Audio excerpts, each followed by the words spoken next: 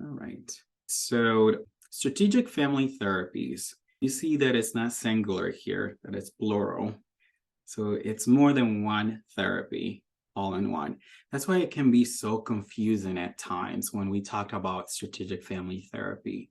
And as you will know in the lecture, you'll discover why.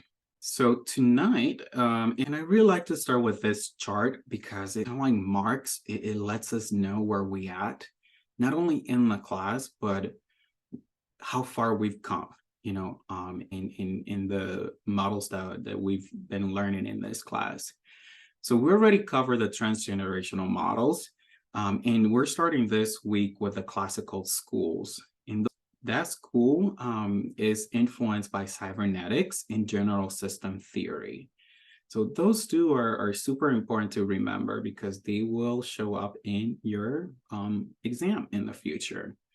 So classical schools are made out of the MRI model, which was the first family therapy model in the West Coast. And it was created in Palo Alto, California. And this group was called the Palo Alto Group. A lot of influential marriage and family therapists came out of this group.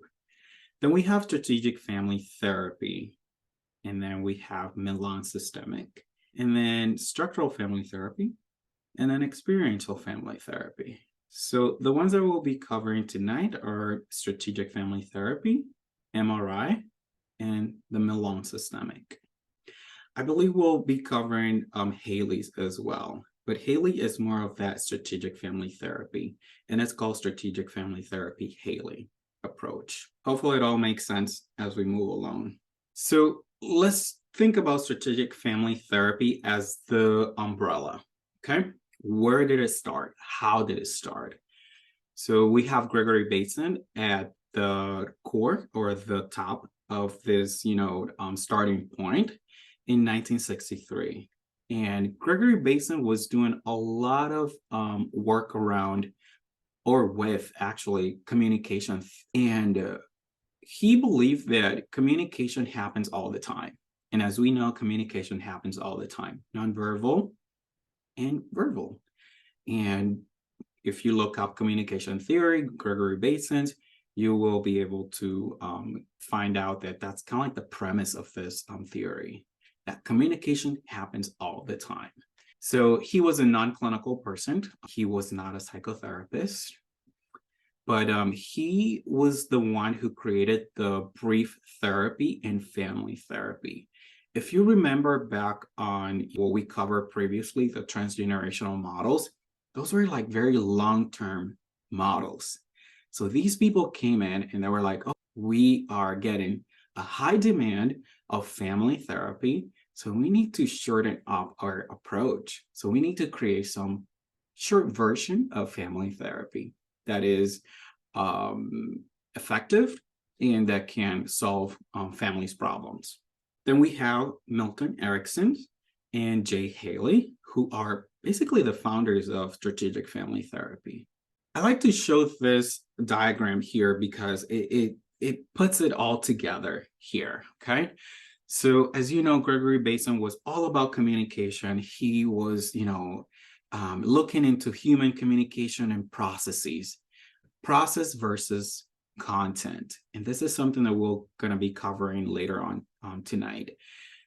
So that was his emphasis, we need to look more at the process, how this communication is happening, how the non-verbal communication is happening, and the messages that are embedded in this communication. So his approach was influenced by all of these theories, like the theory of logical types, general system theory, cybernetics, and hypnosis and paradox. So you will see that general system theory and Lum von Bertalanffy, you will hear that name quite often in our field because he's considered the father of MFT when it comes to general system theory. So just keep that in mind also for your exam. That's definitely a question that comes up in the exam. So all of these theories influence Gregory Bateson's human communication processes. And then Bateson was like, okay, we need to create some brief models. So then the MRI systemic theory model emerges, and then he was like, oh, now we have to create other models. And then we have the strategic family therapy model, and then the Milan systemic therapy, and eventually the Haley's approach. So a couple of things to just understand about strategic family therapy as an umbrella. We haven't divided yet, okay? Strategic family therapy as an umbrella is that all of them focus more on the process versus the content. We're paying attention to what's happening, to how people are communicating, to the messages that are hidden and also explicit within that communication. It is prescriptive, sometimes manipulative. So some people don't like to use strategic therapy because of the ways that it can manipulate clients into wanting to or making them do things, and focus on the function of the whole system around the homeostasis. Okay. Again, as systemic therapists, we're focusing on the whole homeostasis of that system. As I mentioned before, Bateson was like, okay, communication happens all the time. Families are always communicating through reports, what happens, and commands, what they do, okay? And those command messages are sometimes the patterns that are embedded within family rules. So family rules around hierarchical structure, which often cause family problems. So strategic family therapists would then elicit those rules, really, highlight those rules that have been causing so much damage in the homeostasis of the family. In all strategic family therapies, you'll notice that the rules are changed by reframing the interpretation of the behavior. Okay, so reframes are huge in strategic family therapy.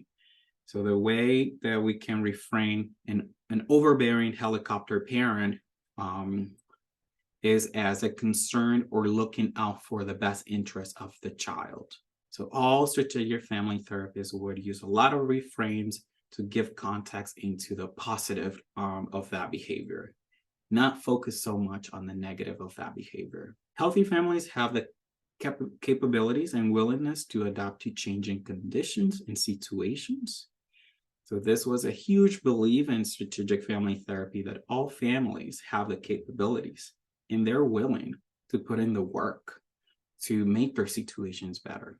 The way that strategic family therapy looks at change is through the alteration in the family system. So we need to create some sort of disruption in the family system. And that disruption needs to be targeted to what's maintaining the problem. So this can sound very abstract, but we'll go into some more examples in the lecture. And if you have questions, please write them down. The system is changed as the therapist provides directives. And directives are another interventions that strategic family therapists would use in sessions, because these would then alter, again, we're reframing communication between family members, the messages around a certain behavior, reframing that behavior. The presenting problem is a symptom of a larger systemic issue.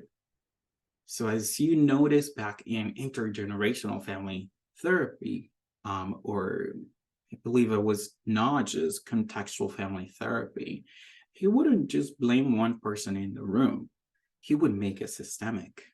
So the problem is an issue of the larger system, not just one person. Change is achieved through open and clear lines of communication. So again, we're hearing a lot of, we need to work on this communication, boundary flexibilities. So when we help families create a more flexible boundary, they can communicate better, actually. And the whole goal of helping families in creating better communication is for them to get along. So for them to be able to not come to us eventually and solve their problems.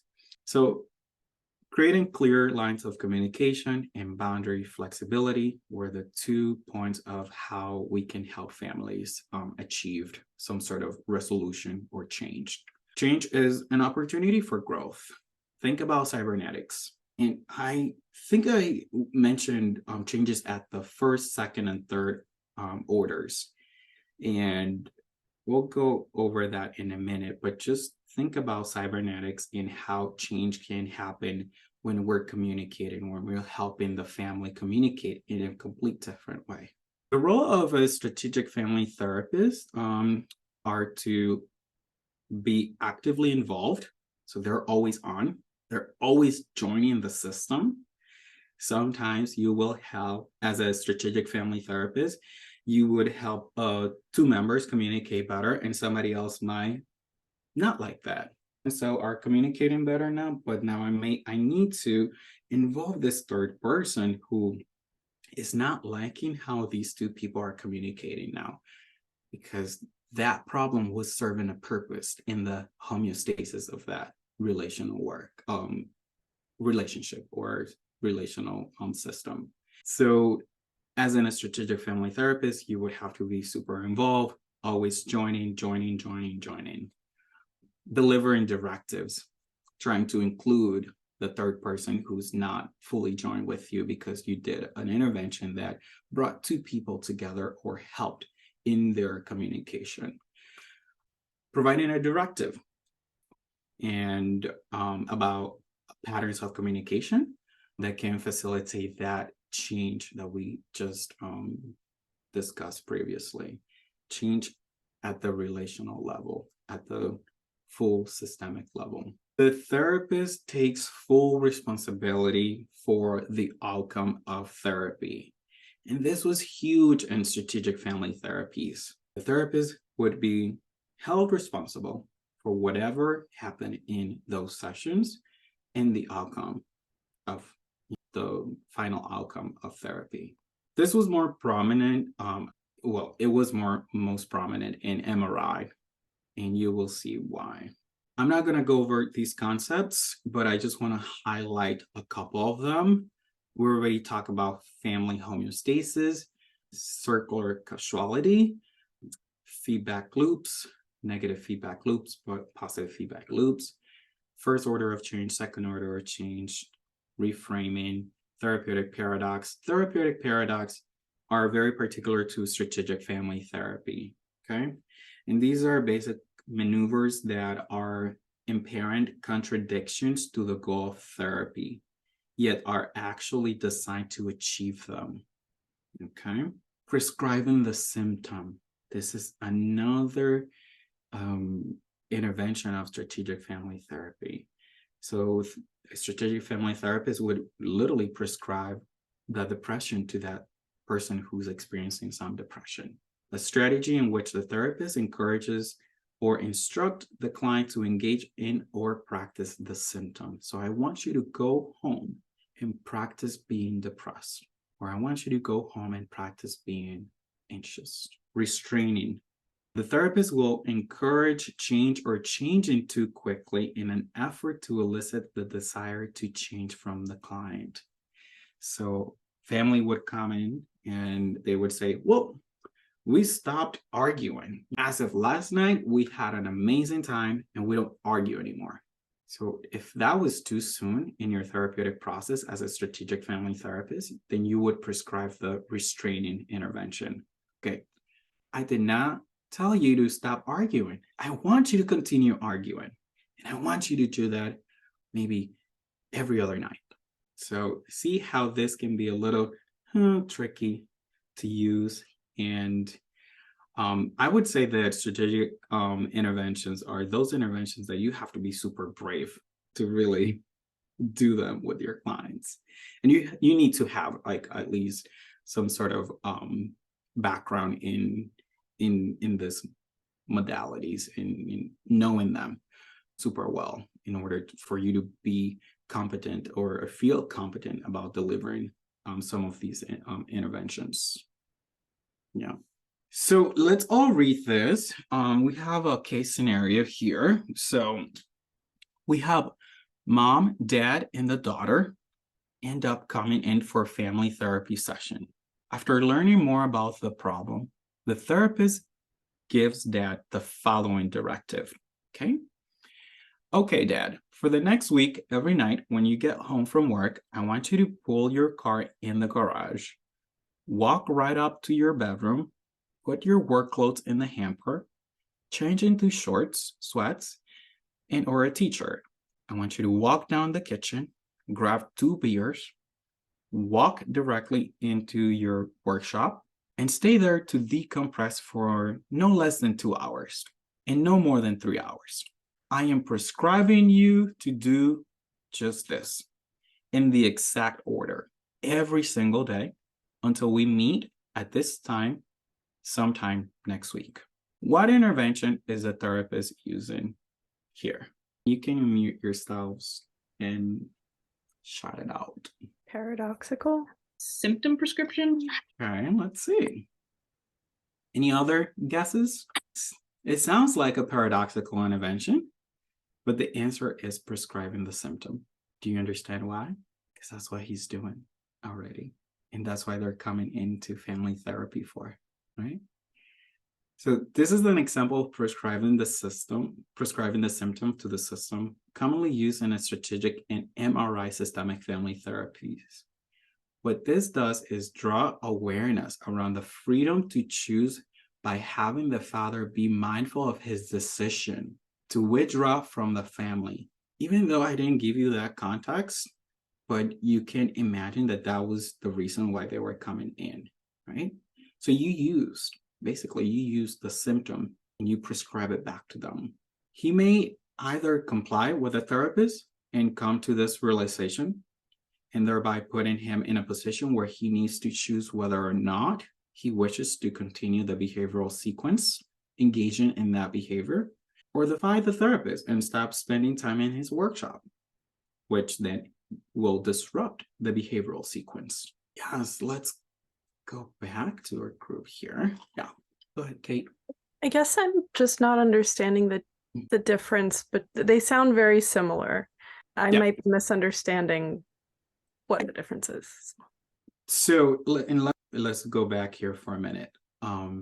So here, you're literally telling him, just imagine that the family comes to your session and say, or one of the parents says, he's not spending time with us. He gets home from work and he just goes to his workshop.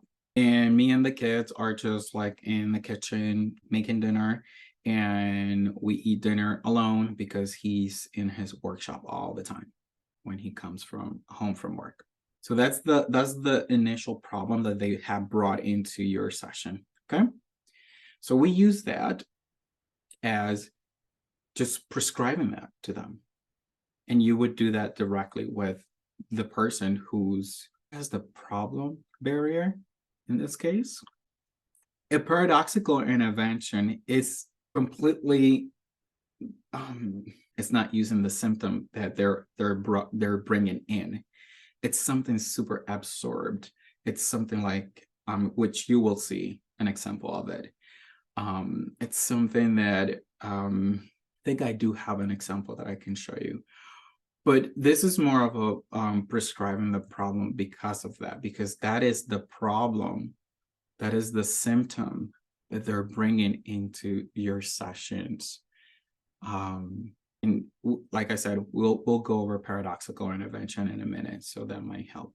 So before we move on, let's see. Any other questions about this? Any other questions around prescribing the symptom? So when families encounter problems that either are threatening to change their ways or how they function, and sometimes this can be healthy change, they will, one, stop the problematic behavior by engaging in another or different behavior, maintain the current state of homeostasis, or do a combination of the two. So families are in this space of constant stuckness and dysfunctional patterns of communication. And again, this is all from a strategic family lens.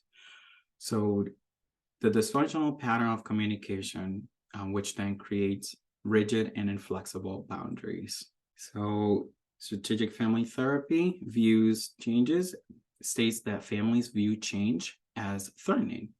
So therefore, they will give you resistance, and sometimes they will continue in the same behavioral pattern or change that behavioral pattern.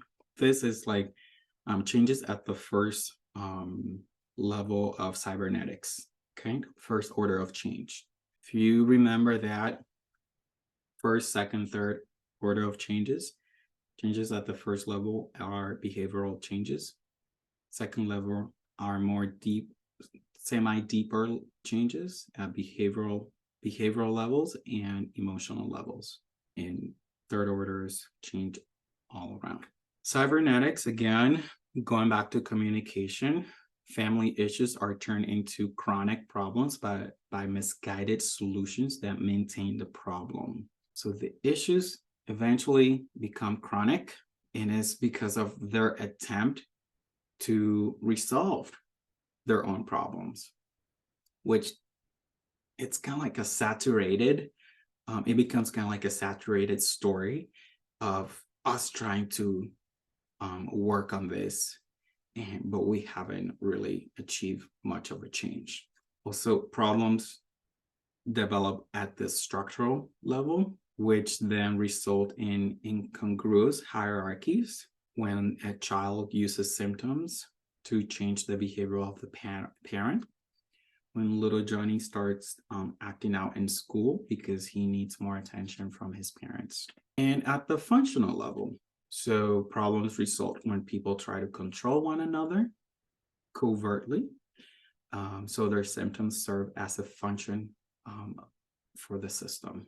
Treatment goals from a strategic family therapy lens. First, we have to identify issues that need to be addressed in a very collaborative way.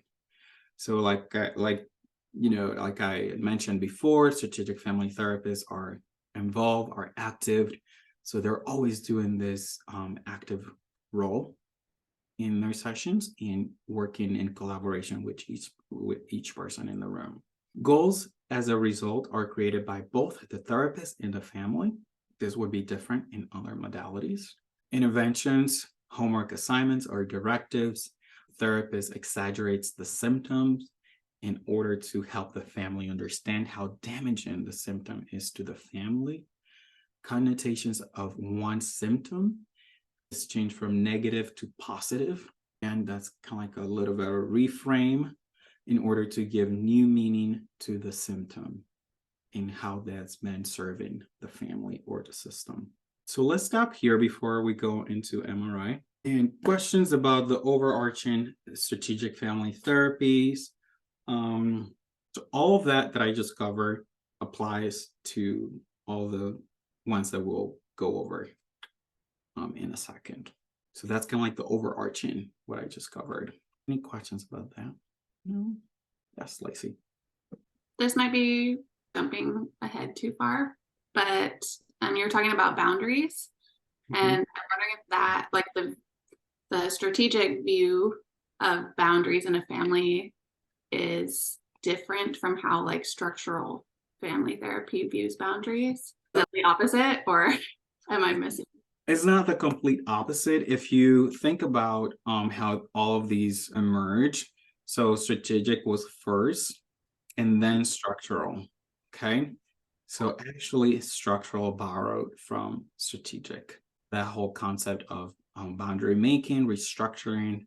So a lot of the things that we're covering tonight will intertwine actually with structural and experiential models. Okay, that makes sense. Okay. Yeah. All right, so let's go over MRI. So again, like I mentioned before, this was the first family therapy approach created in Palo Alto in the West Coast. That's kind of like home of the MFT field. So that's where everything was created. So you can see here, we have my lovely Virginia Satir and Haley Bateson. We also have Jackson and Fry. And yes, so they were the ones who created this group. The whole idea of MRI was to just be brief strategic therapy, okay? All the things that we just covered, but in a very brief, condensed way. And which everything, as I mentioned before, was influenced by communication theory from Bateson and cybernetics. So trying to achieve change at one of those three levels. The whole idea of MRI is that dysfunction occurs within a family when attempted solutions have become the problem. Attempted solutions have become the problem, and as a result, maintains homeostasis in the family. So families will try to resolve their own problems for many months, years, decades, you name it. And it's not until that one time that they decide to go to family therapy and just admit to themselves that what we've been doing hasn't been really working. So we need to seek external help. The attempts go wrong and make the problem worse. So every time you get a family in, they have already tried to resolve the problem. So it's not the first time that they're just like, we have a problem, let's go to a family therapist. They have already tried so many times to resolve this problem on their own. And their attempts continue to go wrong, which have made the problem worse or bigger. MRI believes that people change or family change when they shift the solutions that aren't or haven't been working. And in MRI, they pay a close attention to the feedback loops, to the sequence in the communication and the behavior, the rules that are set in that system, and how people can adapt to changes in those loops and in the rules that they have already set for themselves. So that's how people change according to an MRI lens. MRI was the first model that uses the back the mirror or the consultant approach. So a therapist would go in with the family, and then on the other side of the mirror in this room, you would have kind of like a group of therapists just watching your work with the family. Then everyone at the end of the session, everyone would get together and they would consult, basically. So the therapist acts as the consultant. And main concepts of MRI are punctuation. And these are actually very particular to MRI. So punctuation is like given a different meaning, which, you might think about a reframe, but here we're calling it punctuation, okay? Attributing a different meaning to an event as a member of the family focuses on a different part of the cycle. So it's sort of a refrain. If you think about it, it's kind of like a refrain to a particular event, but here we're calling it something different, a punctuation. And highlighting that one partner nags or the other partner withdraws is in the same situation. So then that would kind of like create a loop of somebody nagging and withdrawing, somebody nagging and withdrawing. So then we would go in as an MRI consultant or therapist and say, well, there's a reason why they're nagging, and this is why. And we would kind of like literally punctuate or focus on that feedback loop or that little sequence that's happening there. Feedback loops, positive feedback loops, and negative feedback loops. If you can think about these as sequences, things that are happening within that system. Utopian syndrome. This is the belief that if we solve the client's presenting problem, they will lead a happy life. This ideal needs to be avoided, okay? And focus needs to be placed on relief from suffering and not an idealized happiness. So focus needs to be placed on relief from suffering and not we're going to solve all of your problems or you're going to be happy at the end of our sessions. So MRI consultants or therapists would not even say that to clients. Families who believe in this frequently change therapists in pursuit of this idealized happiness. And that is so true. Okay, so we can't really sell this hope to our clients in around this idealized happiness. We can help them to get there, but not really sell the whole entire idealization of happiness. As I mentioned before, MRI was, again, brief therapy, 10 sessions maximum. So this was in and out, okay? Solve the problem, what was the presenting problem, and that was the only thing that we would focus on all throughout those 10 sessions. Identify the feedback loops, the sequences that were happening, and family rules to maintain those feedback loops. And then you would alter the sequences and patterns of interaction around the presenting problem. Interventions focus on the symptom, look at the family life cycle, where this family is at individually, but you would mostly focus on the overall family life cycle. So again, very symptom focus, the overall family life cycle, understanding the family interactions and sequences around the symptom, identifying the attempted solutions and problems that have maintained the cycle, and using reframing. That am I right in a nutshell? Questions? What was different here? Yeah.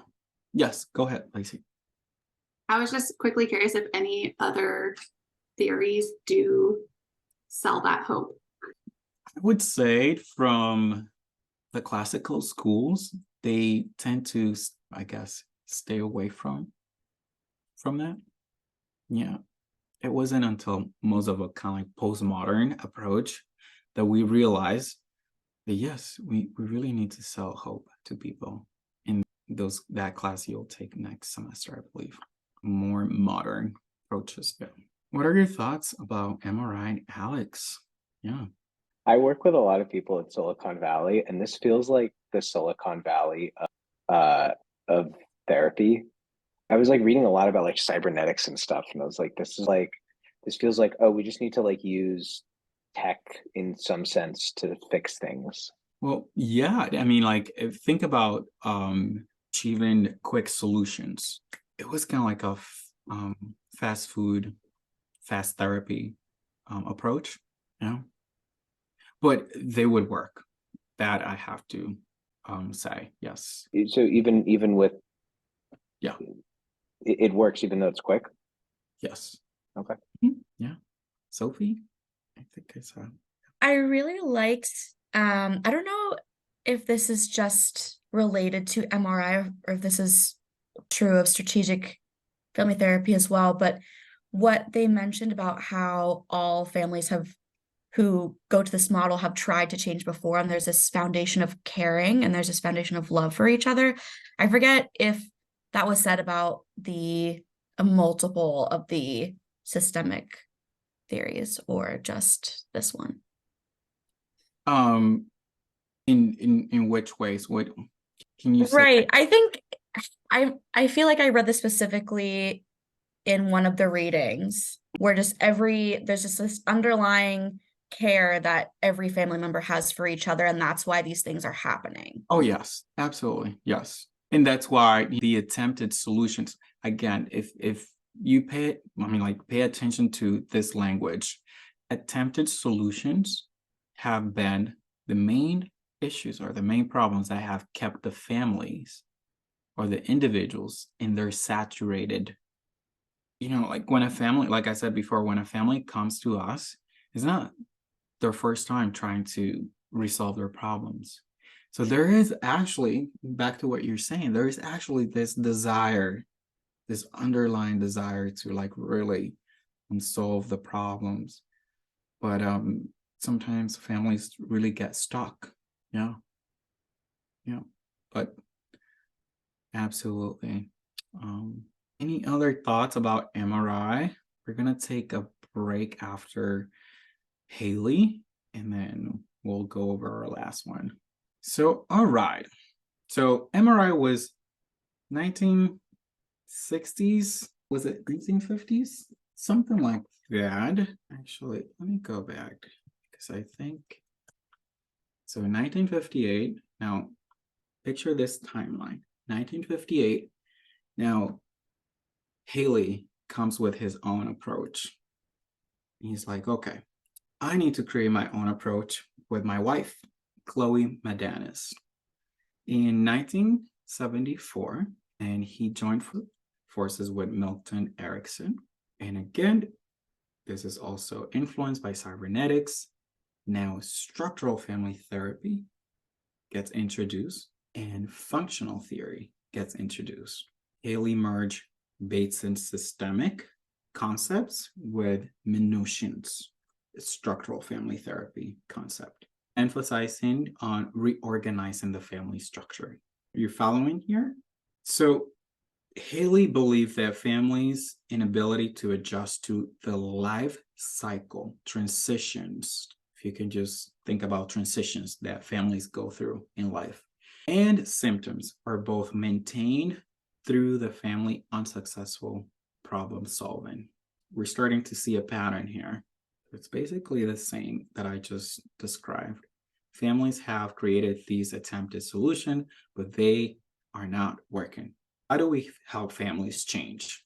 So Haley believed that first, we need to improve the hierarchies and resolve boundary problems. So we need to look at the hierarchical levels, who's there, something that you will notice in structural family therapy, and just follow along here with the structural language. We need to look at who's at each point in this hierarchy, and are they supposed to be there? And how can we help them resolve their boundary problems? Are the boundaries rigid? Are the boundaries flexible? Are the boundaries open? How can we help them create healthy boundaries? The second one was through using directives. So we need to encourage and strengthen kind of like family members' ability to find new methods or approaches that they can use to resolve their issues. So we don't want them to become reliable on us. We need to send them with homework, which equals directives. We need to give them homework. And we need to just help them apply that homework while they're in their system, in their own homeostatic state at home. Those were the two main points on how Haley believed that families change. The role of the therapist in this model is, again, we're starting to see a pattern here. The therapist is an active participant in sessions, responsible for whatever happens, and provides a lot of directives and becomes part of the system. Something that you didn't see in the MRI approach was this part here, becoming part of the system, fully joining the system and dancing with the family while creating differentiation. We're starting to see another pattern of maybe similar interventions or concepts like the therapeutic paradox. Kate, you were mentioning paradox earlier. So this is coming from Haley, okay? And again, these are super important to remember for your exam. Hint. So a therapeutic paradox is basically an intervention that is basically a contradiction to the goals of therapy, although it's designed to achieve the goal. Okay, so it's a contradiction. Symptom prescription, which we saw in MRI, prescribing the symptom. Restraining, again, a therapeutic paradox where the therapist discourages change and warns the client of the danger of changing. if you all don't continue arguing, because something bad is going to happen. I don't know how a strategic family therapist would word this, because I'm not a strategic family therapist. And I don't have no interest in being one. But I guess they would do this. They would like really warn their clients, do not change, because that actually has an impact psychologically. You tell somebody not to do something that they're already doing, and they will think about that, and they will catch themselves and like, okay, it's kind of like the urge of not following what you just told me not to do. There's a big impact here. Yes, Alex. Is this the therapy that's labeled as manipulative? All of it. All Okay. we're covering tonight, it's labeled as that. I don't mean to be derogatory, but this feels insane. I'm just being honest. This sits so weird with me. You're totally right. A lot of people have similar reactions to strategic family therapy because of the ways of manipulating things. Any other thoughts?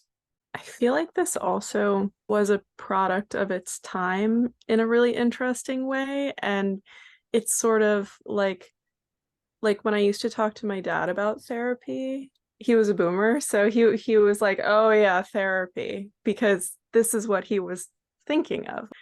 When he had friends who went to therapy in the 70s, this is what they were experiencing. So yeah.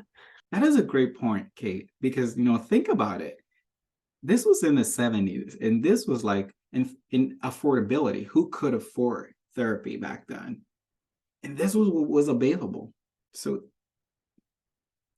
it's great that you're bringing that up, because let's take time in the cultural context that was happening, that all of this was happening. Sophie, yeah. I can't help but think about what all of the founders' personalities might be like. I feel like they were just weird and off the walls.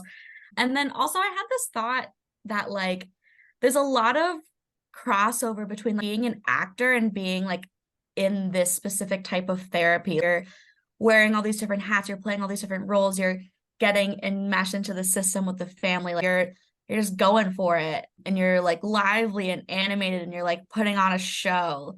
So I was just thinking about that. That feels very California to me. And you know what? That's a great point, because a lot of people have compared the two, drama and acting, specifically to strategic family therapy, because it is actually, you have to be involved in really doing the work, and providing all of these directives and coming up with all of these ways to provide paradoxical interventions and all of this. So you have to like really have tricks in your hat to like give to people. Yeah. I truly appreciate that. Yeah. So yes, these are the main concepts. And some of you have shared, like, yes, as therapists today, some of us can have parts within ourselves that are a little resistant to kind of like practice from a strategic family therapy approach. Absolutely. Yeah. Treatment goals. So change the system in order to change the symptom. We have to do that second order of change in order for the symptoms to kind of like disappear or calm down a little bit, and then we were then discharged. Solve the presenting problems. Again, if we were to compare the transgenerational models with the classical schools, and there is a reason why they're called the classical schools, because literally these were the first initial family therapy models. Okay, that's why they're classic. But as we look at them today, we can see how beneficial and not beneficial. Maybe in we can give our own criticism. We can criticize them, because I think, in my own personal opinion, I don't think strategic family therapy paradoxes would be as helpful today. I don't know what your thoughts are. Oh, I'm just wondering how many therapists use this. It's sounds like it's uncommon, but I'm just like wondering who is like a proponent of this. I'm just super curious. Oh wow. I don't know any personally. I know there are institutes that focus on strategic family therapy as their main modality, but most of the colleagues that I have do not practice from a strategic lens. They may borrow some interventions, but not have like a full strategic family. And again, take these with a grain of salt. Maybe there are some interventions that might be useful to apply and to use in sessions today. And we are totally welcome to do that as integrative or as an integrative clinician. So we're always borrowing from different modalities. Kate, yeah. When I was reading about it, I kind of felt like I could understand using it with younger people, really young people, in a maybe not in the fullest sense, but as you were just saying, like kind of a mishmash of therapies, of models, because it's kind of playful in a way, and it challenges them in a way that might be the thing about the therapy that strikes me as being so weird. Like it's a little immature of the therapist, and they're kind of like meeting people at that level, which is, yeah, I guess it's why it's okay to do that with people who are supposed to be immature because they're not fully grown. So I think that's a valid criticism to it for sure. Lacey? And I was in our interview assignment, actually, the therapist I talked to said most of the time with his families or couples, he only has like 6 sessions that are covered by insurance. And I was like, that is horrible. How do you do anything? And he didn't bring this up, but once we started studying this, I was like, oh, okay, I can see how sometimes, even though like we hate it, it feels like maybe there is a time and place for it. And yeah, pulling from when you really know you only have so much time, but it sucks. Yeah, that is 100%, especially when you have so limited sessions with people. I just wanted to share, I don't think it's horrifying in terms of understanding behavior and like how a family works just with that cybernetics foundation. Like I don't feel like that's off. I think their delivery is like, hey guys, whoa, maybe pump the brakes a little there on the delivery. But because I know even in like some parenting models that I've researched, just with, figuring out with my kids, giving kids the directive, like, okay, like you can have your tantrum, but hold on, let's just go into this. I'm going to keep you safe. Like let's go into the basement where it's like, and you can have your tantrum there.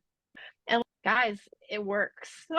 Like, just so you know, like it really does. Like, and sometimes just like kind of, and again, like I said, their delivery, even watching Cone or whatever his name was, it was like, it didn't, like, to me, it just landed as like he was like doing therapy. Like he honestly was like doing like other forms of therapy, preparing them to do the same thing. I mean, he was like perspective taking, getting them ready to understand the other person. But anyway, I just wanted to say, like, I don't think this is totally nuts. And especially like the Milan therapy, that one to me felt like that article that we read about like reflecting on like 20 years later and like bringing in like other models or whatever. Anyway, I just thought it's not like totally bonkers, but I mean, seriously, some of the stuff that they shared is so. Yeah, I appreciate that because, like, I'm as your instructor here, I'm not saying that we have to look at as bad. No, yeah. It's like the saying, don't throw the champagne with the cork, or, like, I don't like to use the other one. It sounds weird to me. The baby, we don't want to throw babies out. So, yeah, I mean, like, in as systemic thinkers and practitioners, we are encouraged to practice from an integrative approach. So again, you might borrow directives from strategic family therapy that truly works for the families that you'll be working with. So not everything is bad. And thank you, Amanda, for really noting that and saying that here, because I think it is true. It is true. Sometimes I have to give a directive to my clients, and in which we call today homework, or however you want to label that in your therapeutic space. And those really work, make a difference. So yeah, I also encourage you to use whatever resonates, whatever works for, as you continue to look into yourself as a therapist and looking at that model that truly resonates with you. Yeah. Ellen. Oh, yeah, I just wanted to say I really liked the strategic therapies. I think they're great. I just love this whole attitude of the therapist of like taking everything really lightly and like playfully, and like, yeah, the problems are serious, but like you can kind of play with them and like see how they're actually not as serious as maybe they might seem. I loved one of the examples in the book was like telling a couple to argue purposefully between minutes of like 7 o'clock and 7:15 in a random place in their house. And like I could imagine doing that and just realizing in the moment how absurd and silly this is, and just how silly the argument is. And like I can just imagine how much that would just break up the pattern of it. Like, and I just thought that was pretty genius. I like it. Yes, and thank you for saying that, because the whole point is to bring awareness into what is that we're doing here, the behavior, the communication. This is so absurd. We're just arguing about the dishes, and people actually stop themselves from those arguments once you prescribe them. All right, I want you to argue about the dishes at 7:30 every night. I remember one of my mentors used to prescribe, and he was like one of those 70s, 80s psychotherapists, and he was trained by Haley, actually, in Minuchin. So he would tell me like how he would actually prescribe problems and give directives to people. And people would really, like realize themselves, this is so absurd. We're just arguing about simple things. We can stop ourselves. And they would, actually. So the whole approach of strategic family therapy is to then have the family or the couple or whomever you're working with give you a full report. So they would then bring the family, and the therapist would say, all right, give me a full report. How did it go? Like what happened? How did it happen? And did you notice stopping at some point? And yeah, people would like literally stop their arguments through directives, because they would get tired and they would see the dynamics in their own so constricted and embedded problems. So it's believing that people have their own tools to solve their problems, just that they get stuck sometimes. Any other thoughts, reactions? We still have the Milan group, which we'll cover at the end, well, after break. So, all right, so it looks like we need to wait for some folks, and yeah.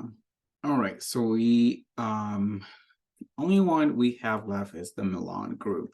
And before I go into the Milan group, I just wanted to mention that Haley's approach involved fewer members of the family. So that was very unique in Haley's and Madana's approach.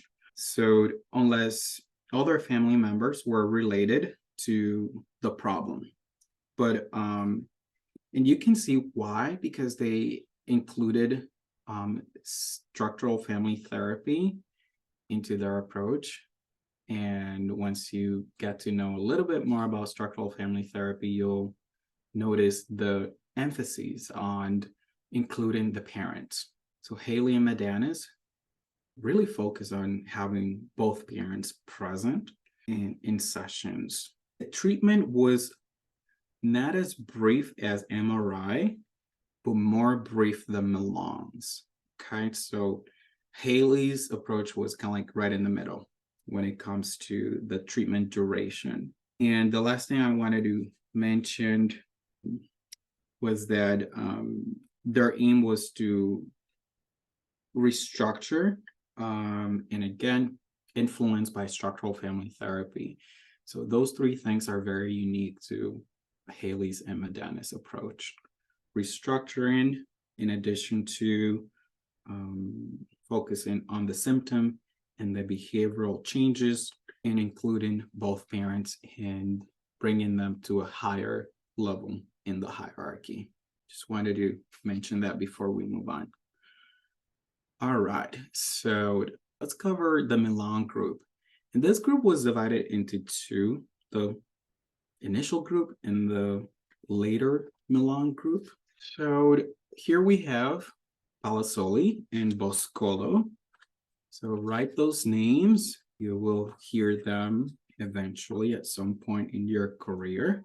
But the Milan group, again, this is like in the 70s, 71, was founded by the Milan Family Therapy Center for the Study of the Family. And we're seeing influences from structural family therapy and functional therapy. Again, we're seeing how influential and how people were so interested in the family dynamics or the restructuring of those dynamics. So this approach was the longest in treatment duration. 10 sessions held about once a month. So you would be in therapy for a full year. So one session a month to let things incubate. Now we're seeing different language here. Consider long, short-term therapy. Okay? So they wouldn't have frequent weekly or bi-weekly sessions. Their approach was like, you're only gonna come see us once a month. We want things to incubate, to marinate. We want you to work outside of here. And that was basically their approach. They call clients participants, included whomever was contributing to the maintaining of the problem. That's something that we already saw in the previous one that we covered. So whoever was part of this problem would come into therapy and would be included not only in the treatment plan, but also in the progress note or the consultation assignment or documentation. The therapist here has a different stance, okay? Now the therapist here is neutral and it uses the co-therapy or uses the team co-therapy as an approach. We still see in the active role and the directive role of the therapist, but now we're seeing more of a neutral stance and using what MRI started as the team or co-therapy in sessions. The Milan group focused on achieving second order of cybernetics. So same underpinning of Milan, but sees therapists as belonging to the system as well. So here, the therapist would have to achieve a second order of change as well, because now the therapist would get included in the system with the family. And that could mean, okay, once I'm done with my work as the therapist, then I can exit the system. And now I'm well differentiated and the family have created some sort of change. The way the Milan group saw change was by the family's ability to accept a change in the family system and adjust to that change. Adjust to the changes in roles, in the rules. So again, we're seeing a pattern here. We need to change the system. We need to help the family achieve this roles and rules, which is second order of change. Okay, that's their main focus here. Let's help the family achieve second order of change. Therapist is directive and part of the system, as I mentioned. But here we're starting to see different language when it comes to the main concepts. And the Milan group kind of like started or introduced the circular questioning approach. So questions for family members that help therapists learn more about family patterns and relationships and allow the family to begin viewing themselves systemically.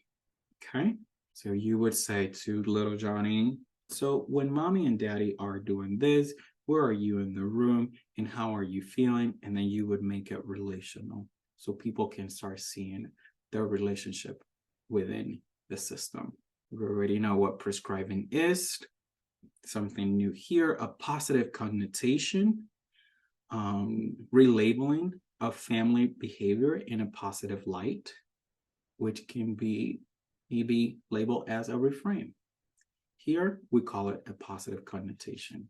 The goals of the Milan group were around understanding the family rules. So first, we have to assess the system. We have to understand the rules, the boundaries that are in place, and we're going to attempt to change them.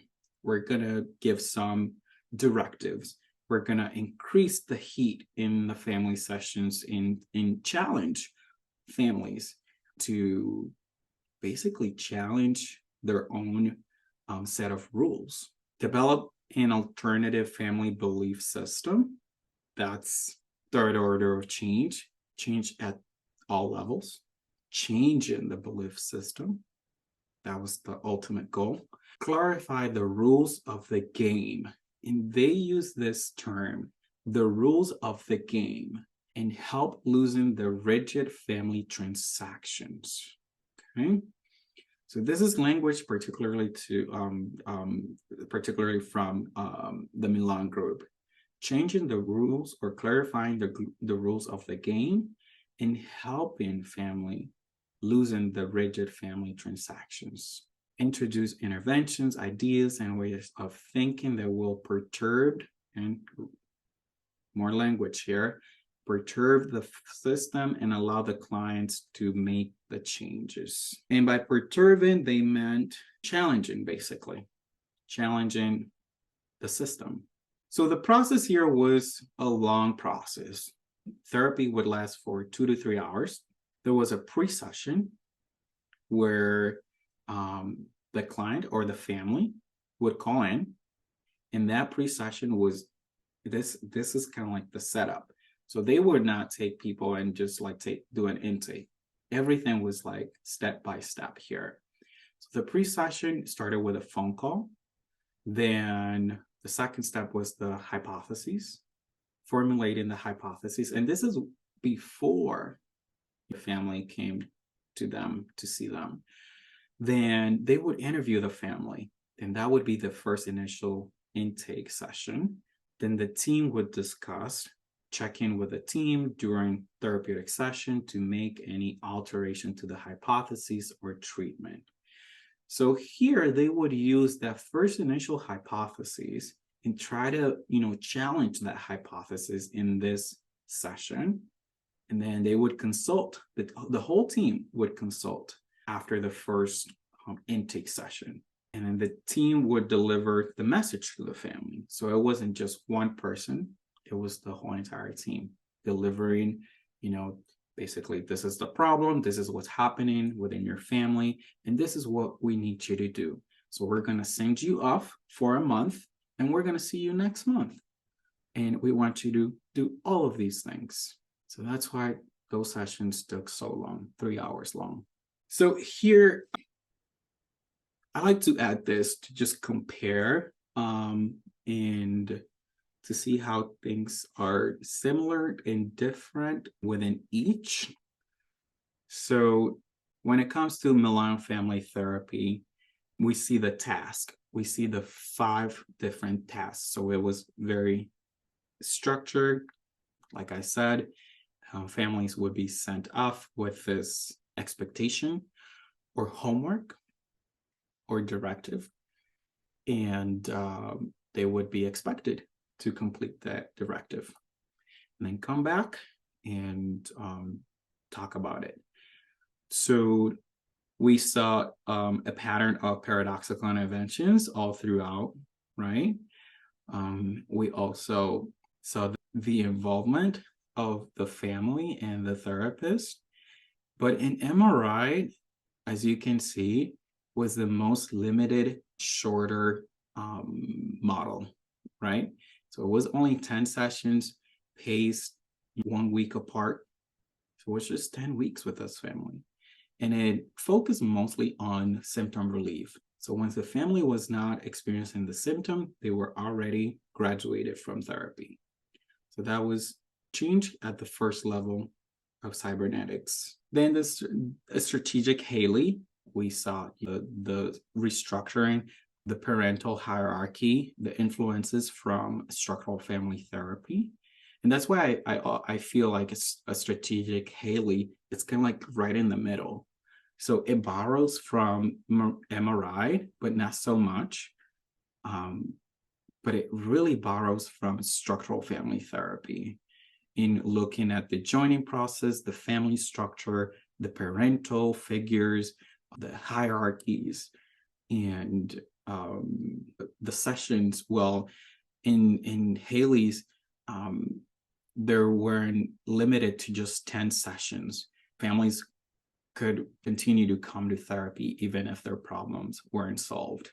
And then here in this last one, we see how structured, how long, the sessions were scheduled for, and the positive computations and the circular questioning. And I think that is all I have from Strategic Milan. Any questions about that last one? Again, this approach divided into a second part, but for this foundational piece, we're only covering the first part. There isn't much that changed from the first part, right? So I'm gonna stop the recording here.